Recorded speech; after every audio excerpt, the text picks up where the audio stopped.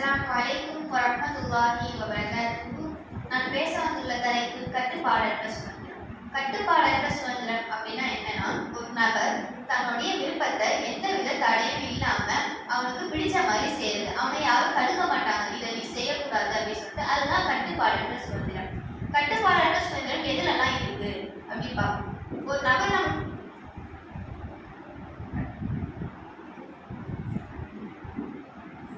இப்போ இது இஸ்லாமிய பெண்கள் இல்லாம எல்லாருக்குமே பெண்களுக்கு சுதந்திரம் கொடுக்கப்பட்டுள்ளது. அந்த சுதந்திரம் எப்படி பெண்கள் வந்து பயன்படுத்துறாங்க, நல்ல விதமா பயன்படுத்துறாங்க இல்ல அளவுக்கு மீறி தவறான செயல பயன்படுத்துறாங்களா? பெண்களுக்கு ஆடையில, அதுக்கப்புறம் கல்வியில, கரியர்ல எல்லாத்துலயுமே சுதந்திரம் கொடுக்கப்பட்டிருக்கு. சில பெண்கள் அந்த சுதந்திரத்தை பயன்படுத்தி எஜுகேஷன் அந்த மாதிரி பண்றாங்க.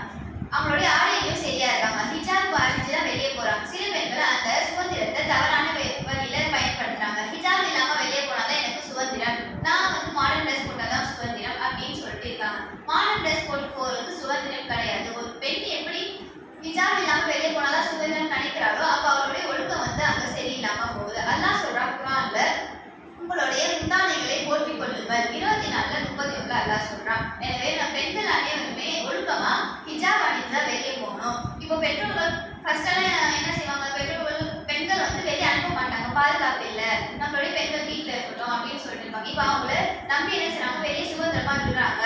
நீங்க இங்கே போறீங்களா, சரி போங்கம்மா. கல்விக்கும் என்ன செய்றாங்க, நீங்க தனியா போகலாம், இல்லை ஃப்ரெண்ட்ஸோட போறீங்க வெளியே போங்க அப்படின்னு சொல்றாங்க. அந்த பெண்கள் என்ன செய்றாங்க, அப்பா அம்மா நமக்கு சுதந்திரம் கொடுத்துருக்காங்களே, அவ்வளவு நல்ல விதமா படிக்கணும், எந்த கெட்ட செயல்களையும் செய்யக்கூடாது, எந்த தீயமான விஷயங்களுக்கும் போகக்கூடாது, தீமையான விஷயங்களை பார்க்கக்கூடாதுன்னு நினைப்பாங்க. ஆனா சில பேருக்கு என்ன செய்வாங்க, அப்பா அம்மா தான் நமக்கு சுதந்திரம் கொடுத்துட்டாங்கல்ல, ஸோ நம்ம இந்த ஃப்ரெண்ட்ஸோட போகலாம், இங்கே போகலாம், இந்த இடத்துக்கு போகலாம் அப்படின்னு இருக்கக்கூடாது. அவங்களுடைய சுதந்திரத்தை அளவுக்கு மீறி அவங்க பயன்படுத்துறாங்க. இதுதான் கட்டுப்பாடற்ற சுதந்திரம். நம்மளுடைய வாழ்க்கையில கட்டுப்பாடற்ற சுதந்திரமா இருக்கக்கூடாது. எல்லா விஷயங்கள்லையுமே நம்ம ஒழுக்கமாகவும் சுதந்திரம் தந்துருக்காங்களே சொல்லிட்டு அது நல்ல முறையில தான் வாழணும். ஒரு தீமை